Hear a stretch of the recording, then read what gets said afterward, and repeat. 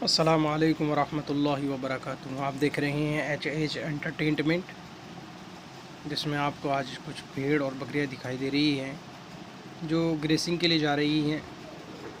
और ये मेरी इस तरह की फ़र्स्ट वीडियो है। आप मेरा इसी तरीके से हौसला अफजाई करते रहिए।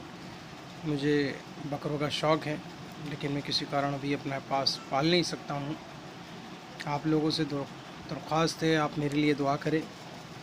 इंशाअल्लाह मैं इसमें कामयाबी हासिल करूं और जितने ये गांव के पालने वाले लोग हैं इनसे जानकारी लें और इन्हें सरकारी सहायता भी मिले।